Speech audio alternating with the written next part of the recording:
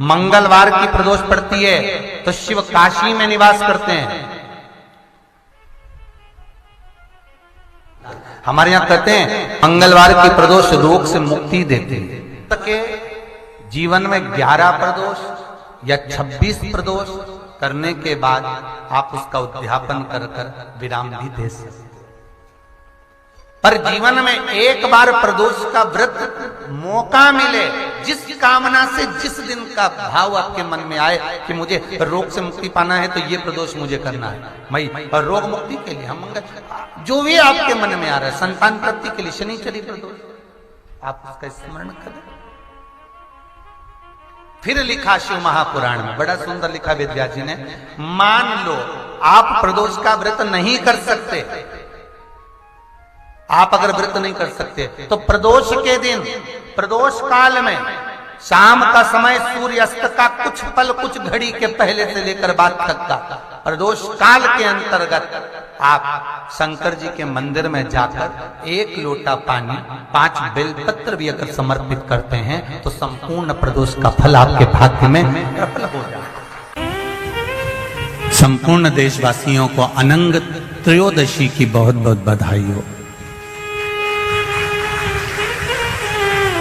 ये मेरे महादेव की वो त्रयोदशी है।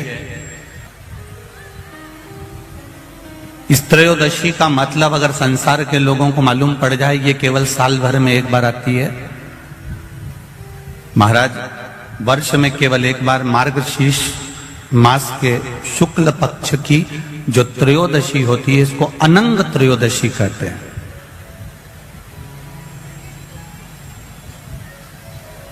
इस त्रयोदशी का महत्व, जिसके परिवार में पति पत्नी का झगड़ा होता हो, जहां अदालत तक बात पहुंच गई हो, या बेटियां मायके रह रही हो, पति कहीं दूसरी जगह रह रहा हो, या किसी पति का या पत्नी का स्मरण कहीं दूसरी जगह हो, इस अनंग त्रयोदशी का मात्र स्मरण, इस अनंग त्रयोदशी का मात्र पूजन, पूरे साल भर में आप शंकर भगवान की आराधना करते हो, पर इस अनंग त्रयोदशी की आराधना का फल ही दूसरा है, इसका महत्व ही दूसरा है।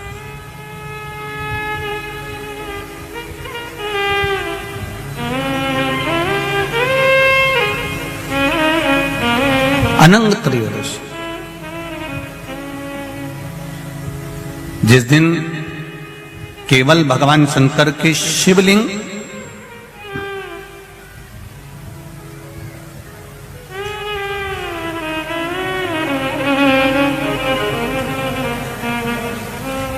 जैसे ये जलाधारी है माता पार्वती जी का हस्तकमल, ये शिवलिंग रखा हुआ है। ये जलाधारी में से पानी बहने का स्थान, बीच में मोटी सी लाइन जहां अशोक सुंदरी विराज रही है, राइट में गणेश जी, लेफ्ट में कार्तिकेय जी, और गोल जो भाग है वो माता जी का हस्तकमल है।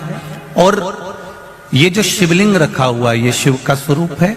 जहां पर भगवान शंकर का शिवलिंग रखा हुआ है, उस स्थान पर आज अनंग त्रयोदशी के दिन मात्र जिस पति पत्नी का आपस में बैर चल रहा हो, अदालत में झगड़ा चल रहा हो, विवाद चल रहा हो, आपस में प्रेम समाप्त हो गया हो, एक दूसरे का सम्मान करना भूल गए हो, बात बात में झगड़ा करते हो, जरा जरा सी बात में मन मोटाव हो जाता हो, वो केवल एक कच्चे दूध की मात्र उंगली को भिंगाकर अगर जहां शिवलिंग रखा हुआ है वहां पर केवल कामदेव रति शिव और पार्वती का नाम लेकर मात्र उस कच्चे दूध की मात्र उंगली ही फेर देते हैं, तो उन पति पत्नी का जिंदगी में कभी विवाद नहीं हो सकता और कभी गलत मार्ग पर वो जा नहीं सकते। ये अनंग त्रयोदशी की महत्वता है, आज की महत्वता।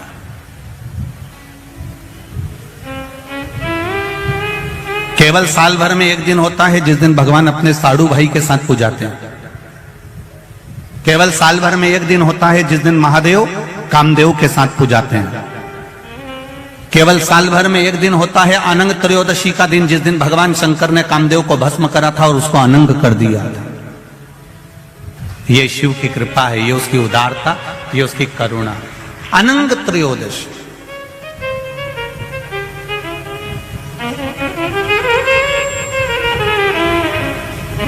अनंत त्रयोदशी।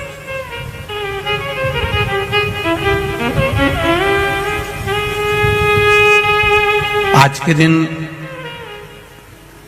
जो 35 साल के हो गए,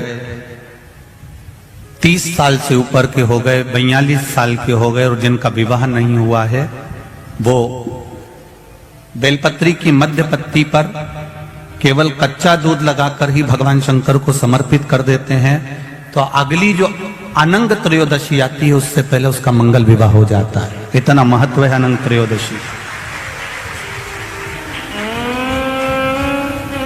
प्रदोष काल का दीप, प्रदोष काल की आराधना, प्रदोष काल की साधना और प्रदोष काल में परमात्मा का लिया गया नाम हमारे करोड़ों करोड़ों करोड़ों करोड़ों पुण्य को प्रबल कर देता है और हमारे पाप को छिन्न कर देता है। हमारे पाप शिव महापुराण में इसका हम आपको बहुत बहुत साधुवाद देते हैं और सभी श्रोता भाई बहनों को कि कल प्रदोष व्रत मंगलवार का पड़ रहा है।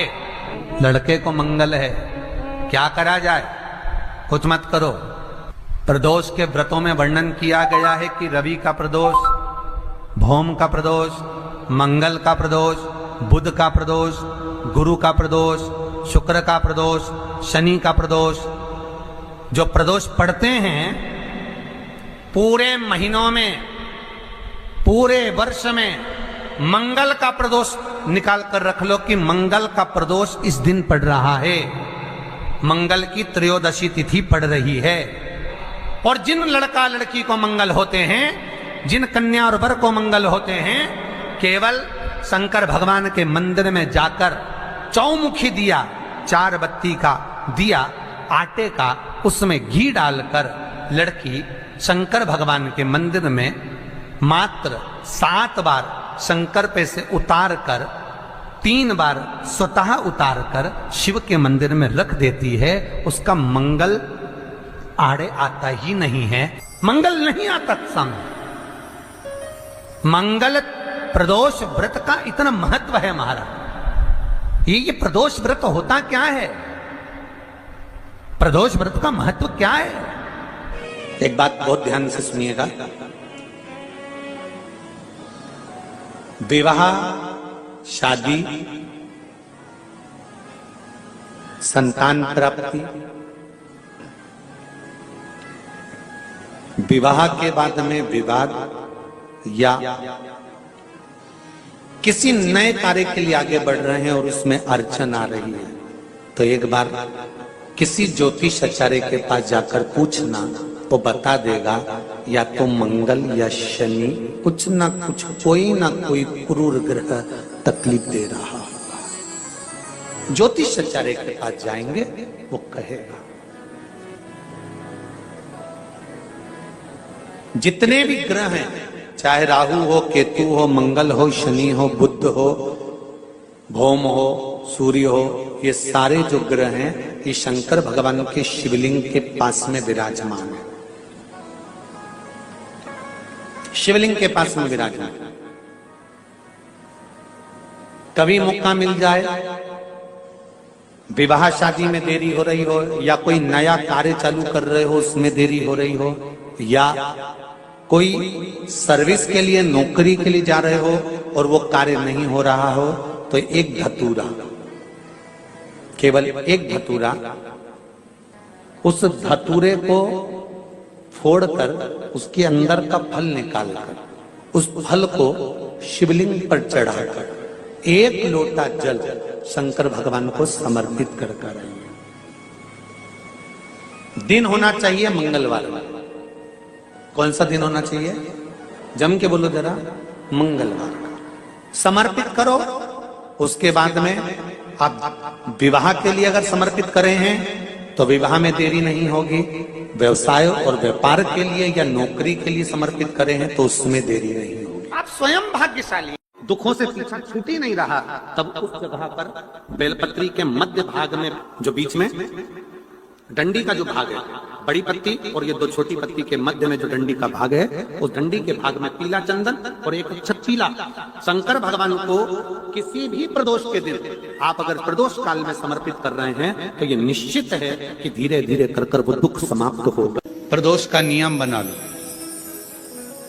शिव जी के शिवलिंग पर 5 जगह पर त्रिपुंड लगाना चंदन का, समझेंगे अच्छे से। ये शिव जी का शिवलिंग है, ये जलाधारी है, ये गणेश जी का स्थान, कार्तिकेय का स्थान, बीच में अशोक सुंदरी का स्थान। शिव जी के ऊपर जो बूंद बूंद पानी जलाधारी में से टपकता है वो शिव जी की 5 लड़कियां। नाम बोलेंगे साथ में, जया, विषहरा, श्यामली बारी, दौतली, देव। शिव जी की 5 बेटियां। शिवलिंग में अगर आपने, डॉक्टर ने कहा कि बहुत बड़ी बीमारी है, तकलीफ है, 5 स्थान पर त्रिपुंड लगाना प्रारंभ करो। पहला, दूसरा, तीसरा, चौथा, 5वां। अर्थात शिवलिंग के कहीं पर भी भाग पर आप अगर 4 स्थान पर नीचे भी लगाएं और एक स्थान पर ऊपर भी लगाएं, शिवलिंग के किसी भी भाग पर 5 जगह पर चंदन का लेपन करना प्रारंभ करो। उसी चंदन के भाग में से 5 जगह का नमः शिवाय बोलकर थोड़ा सा चंदन लेकर आइए, कंठ पर और वक्षस्थल अर्थात हृदय पर उसको लगाना प्रारंभ करो। धीरे धीरे धीरे धीरे रोग कंट्रोल में आएगा और दुख मिटना प्रारंभ हो जाएगा। दुख मिटना। शिव जी के पंचानंद मुख से पंचाक्षर मंत्र प्रगटा है। कौन सा मंत्र है? सब बोलिए, नमः नमः। डॉक्टर कह दिया बहुत बड़ी बीमारी आ गई, तकलीफ आ गया, रोग आ गया, कष्ट, हम तो कहेंगे शिव पर भरोसा करो। शिवलिंग के 5 स्थान कोई से भी आप चुन लीजिए। 5 स्थान, 1 2 3 4 ऊपर लगा दिया 5, और अगर 5 स्थान नीचे ही लगा रहे हो तो भी 5। कोई भी शिवलिंग में 5 स्थान पर चंदन लगाना प्रारंभ करिए। उस चंदन का भाग नमः शिवाय, नमः शिवाय, नमः शिवाय, नमः शिवाय, नमः शिवाय कहकर थोड़ा सा लाकर हृदय पर, कंठ पर वो चंदन को लगाइए। प्रदोष के दिन ये नियम करेंगे। प्रदोष से अगले प्रदोष तक जो चंदन लेकर आए उसमें पानी डालकर रखना, उसको रोज प्रतिदिन लगाना। फिर अगला प्रदोष आएगा, फिर वो चंदन तैयार करना, फिर अगला प्रदोष आएगा। ऐसे अगर 24 प्रदोष आपने पूर्ण कर लिए तो बाबा की कृपा से रोग धीरे धीरे पूरा समाप्त हो जाएगा और शिव कृपा होता है। तो प्रदोष व्रत का नियम जो आप ले रहे हैं, प्रदोष व्रत को जो आप श्रवण कर रहे हैं उसको जरा ध्यान से सुनिएगा। सबसे पहले स्नान ब्रह्म मुहूर्त का, सुबह का, उसके बाद में फिर आसन पर बैठकर भगवान की भक्ति को धारण करना, शंकर का अनुमोदन करना, शिव भक्ति में डूबे रहना, शंकर का स्मरण करना, शंकर के नाम का स्मरण करते रहना। ये प्रदोष का मूल तत्व। महाराज,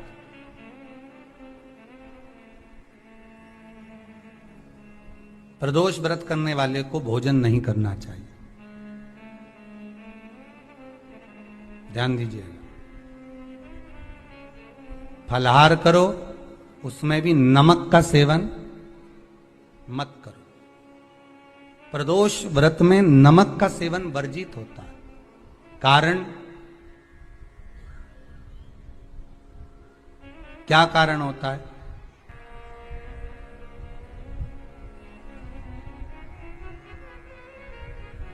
पूजन करें प्रदोष काल में, शिव की आराधना करें।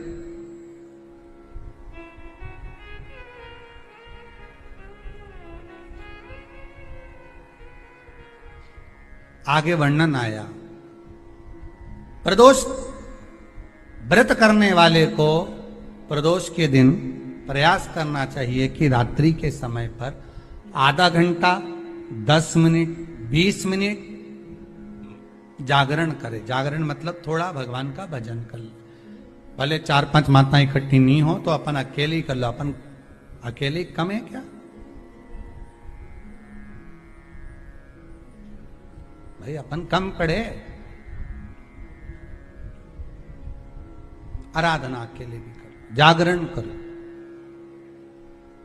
जब आपकी 11 प्रदोष हो जाए, 26 प्रदोष हो जाए, तब उद्यापन करो। उद्यापन 2 ब्राह्मणों को जोड़े से बुलाओ, ब्राह्मणों को जोड़े से बुलाकर उनके चरणों की पूजन कर कर, आराधना कर कर, सुंदर मंडप तैयार कर कर भगवान का, उसमें सुंदर रंगोली डालकर, मंडल बनवाकर पूजन करो शंकर भगवान की प्रदोष का। एक दिन पहले गणेश की आराधना करो, पूजन करो, और प्रदोष वाले दिन जो मंडल बनाए हैं पूजन अर्चना करने के लिए, जो स्थान दिया है, उसकी आराधना करो। खीर की आहुतियां दीजिए 108 बार। जो ब्राह्मण आए उनके माध्यम से मंत्रों द्वारा पूजन कराकर खीर की आहुतियां दीजिए शिव नाम महाराज। फिर ब्राह्मणों को जोड़े से भोजन कराकर, चरणों को नमन कर कर, दक्षिणा प्रदान कर कर, निवेदन कर कर ब्राह्मणों से कहें, हे ब्राह्मण देवता, आप हमें आशीर्वाद प्रदान करें कि जिस प्रदोष का हमने व्रत किया है उस व्रत का पुण्य फल हमें प्राप्त हो। ऐसा ब्राह्मण चरण को नमन कर कर, प्रणाम कर कर उनसे अपने मस्तक पर अक्षत छुड़वाएं। फिर नमन कर कर, भोजन कराकर विदा करें। शाम को भगवान का जागरण करें। ऐसे प्रदोष व्रत का उद्यापन कर अपने जीवन को सार्थक बनाएं। ऐसा सुंदर प्रदोष व्रत का व्याख्यान वर्णन स्कंद पुराण में कर प्रयास करना। जब जब जिस जिस महीने में जो जो प्रदोष पढ़ा करे, जब प्रदोष पढ़े, बन सके 1 बेलपत्र, बन सके 5 बेलपत्र, शमी पत्र, हरे मुंह, हरा मुंह, बेलपत्र, एक कलश के अंदर थोड़ा सा पानी लेकर 1 बेलपत्र, हरा मूंग, शमी पत्र डालकर और उसमें थोड़ा सा गुड़ डालकर भगवान शिव का स्मरण कर कर प्रदोष काल में, मान लो कोई काम आपका बहुत जरूरी है, बहुत दिनों से अब थक गए हैं, नहीं हो रहा, कर्जा बढ़ रहा है, धन नहीं आ रहा, व्यापार नहीं चढ़ रहा, या कोई समस्या बहुत प्रबल है, कोई एग्जाम में बैठ रहे हो, नहीं हो रहा, परीक्षा भी दे दी है, रिजल्ट आने ही वाला है, तो भी प्रदोष काल में, प्रदोष के समय वो जल, मूंग, समीपत्र और बेलपत्र और गुड़ का शंकर के शिवलिंग को समर्पित करना प्रारंभ कर दो। 2 या 3 प्रदोष करोगे, बाबा आपकी मनोकामना शीघ्र पूर्ण कर देगा। 2 या 3 करो, बाबा करेगा।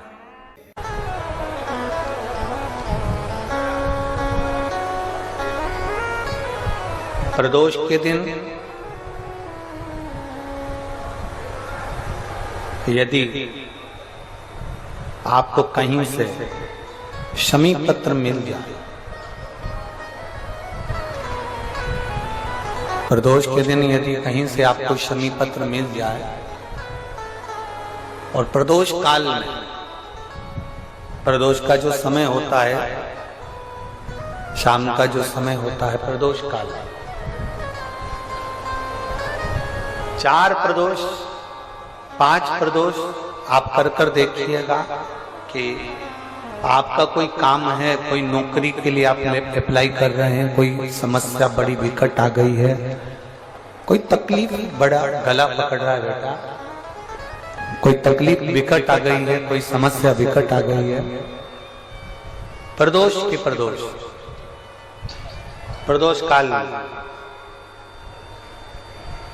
अगर एक शमी पत्र भी आप घर के शिवलिंग को, अब ये करने के लिए आपको मंदिर पे शिवलिंग नहीं जाना, अपने घर में जो शिवलिंग, चाहे वो स्फटिक का हो, पारद का हो, कंकर शंकर का हो, लकड़ी का हो, जो शिवलिंग तुम्हारे घर में, कांच का हो, चाहे वो नर्मदा के कंकर का हो, नर्मदेश्वर हो,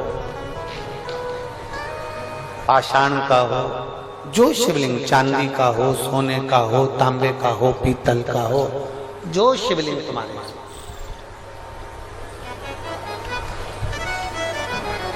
एक शमी पत्र यदि आप भगवान शंकर के शिवलिंग पर समर्पित कर रहे हो और उस शमी पत्र को उठाकर